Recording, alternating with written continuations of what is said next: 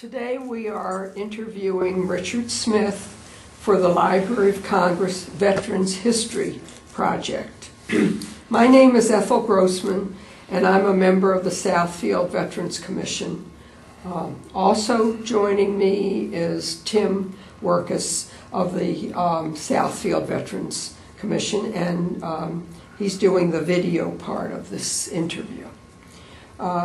This is taking place at the Southfield Public Library in the city of Southfield on November the 5th, 2008.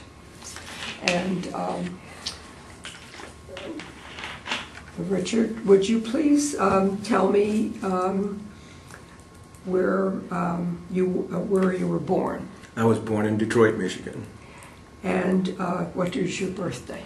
January the 18th, 1944. Okay. And you served and you served into the special. I was in the Special Forces in Vietnam, 5th Special Forces Group. Mm-hmm. And where the date and the time of when you were in? Did you enlist or were I was drafted? I tried to enlist at first, and my mom hid my birth certificate, and we couldn't find it. I still haven't found it.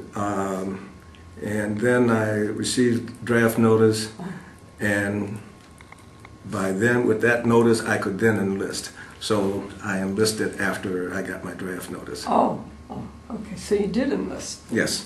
Right. Because at that time there still was a draft. Oh, yes. Uh-huh. And this was in Detroit? Yes, it was.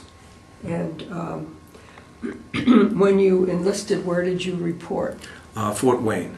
And then from there I was flown down to Kentucky. And so you came to Fort Wayne and you never left at that time? From Fort Wayne, I was taken to Fort Knox by plane, and then...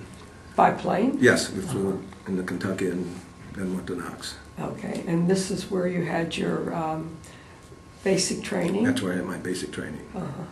And how long was that for? Oh, I think about 3 months, 2.5 months. I can't remember. I know I got out in the fall. In the March, I left. I believe it was March. I left Fort Knox, and I went there in January. Mm-hmm. Okay. Now you flew to Fort Knox. Yes. After you had your basic training during yes. that time, and then you were assigned someplace else. I went to Fort Holabird for the intelligence school. That's in Maryland. That was in Maryland, yes. And how long were you there? I was there a year. Oh. And then you were assigned to Vietnam. Vietnam. Did you go directly to Vietnam? I was en route to Vietnam, and then I had an emergency surgery. And I had the surgery, and then I went to Vietnam with the bandage on my butt. Oh, now did you go someplace in the state? Yes, I had surgery in Detroit. It was the Public Health Service, and then apparently no one had the authority to hold me up, and so I was sent from Detroit to Oakland, and the guy in Oakland said he couldn't hold me up and that I would be held up once I got to Vietnam. And I flew into Benoit, and the guy there says he couldn't hold me up. And then I went to the train to SFOB, and the next thing I know, I was climbing mountain with the bandage.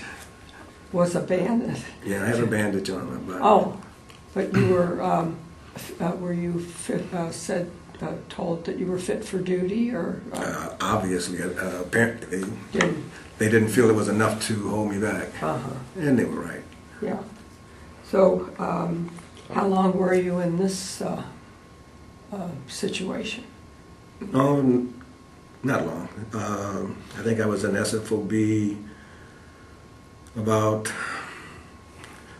3-4 weeks training, and then I went to play coup. and I was in Pleiku for about a month or so. Then Is that far from where you were? On the train, you're SFOB by is in the train, Uh-huh. on the beach type of scenario there, and then I went to Pleiku, which is in the Highlands, Central Highlands. From there, I went to Bami-Tuit, and I worked out of Bami-Tuit. I worked the A-team south of Pleiku, and I did a reconnaissance along the Cambodian border for the camps. Now, can we back up just a minute? When you were assigned, before you left home, did anyone in your family serve in the military other Yes. than you? I had a great uncle who fought in Cuba. Oh.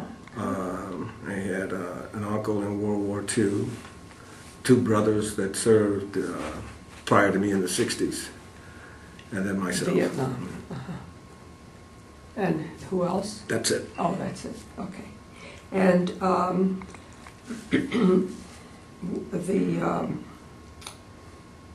how about your parents? What did your father and mother, what were their occupations? My mom was a cook at U of D for the Jesuits at the university. Oh. And my dad worked in the auto factory. Oh, okay. And so then, how long were you stationed in this area near the Cambodia? Was this secret? The equipment was that I used. No, but I mean... the missions itself? No. There are mentions of it on different places about the type of mission. Not all of the information, I guess, is released, but the fact that I did it and so forth is on record. Okay. So if anything that you're uncomfortable or you don't want to tell, you don't have to tell about them. Just tell the things that you were engaged in. Okay. You're comfortable with. All right. And then how you were in this place, in this situation, how long? Until I left Vietnam, actually, until the spring of 1970. So I spent maybe 8 months, 10 months, somewhere around in that area doing that work. Well, we didn't ask you about your experience at Fort Knox during your basic training. Did you find it difficult to get used to military life, or were you just comfortable? Oh no, I was quite comfortable. I was an acting sergeant when I was there. Squad leader, and I had no problem. In fact, I was pulled in the class and I assisted in teaching bayonet training, the hand-to-hand combat part of the bayonet. And then in my unit, I was given a trophy for being an outstanding trainee. So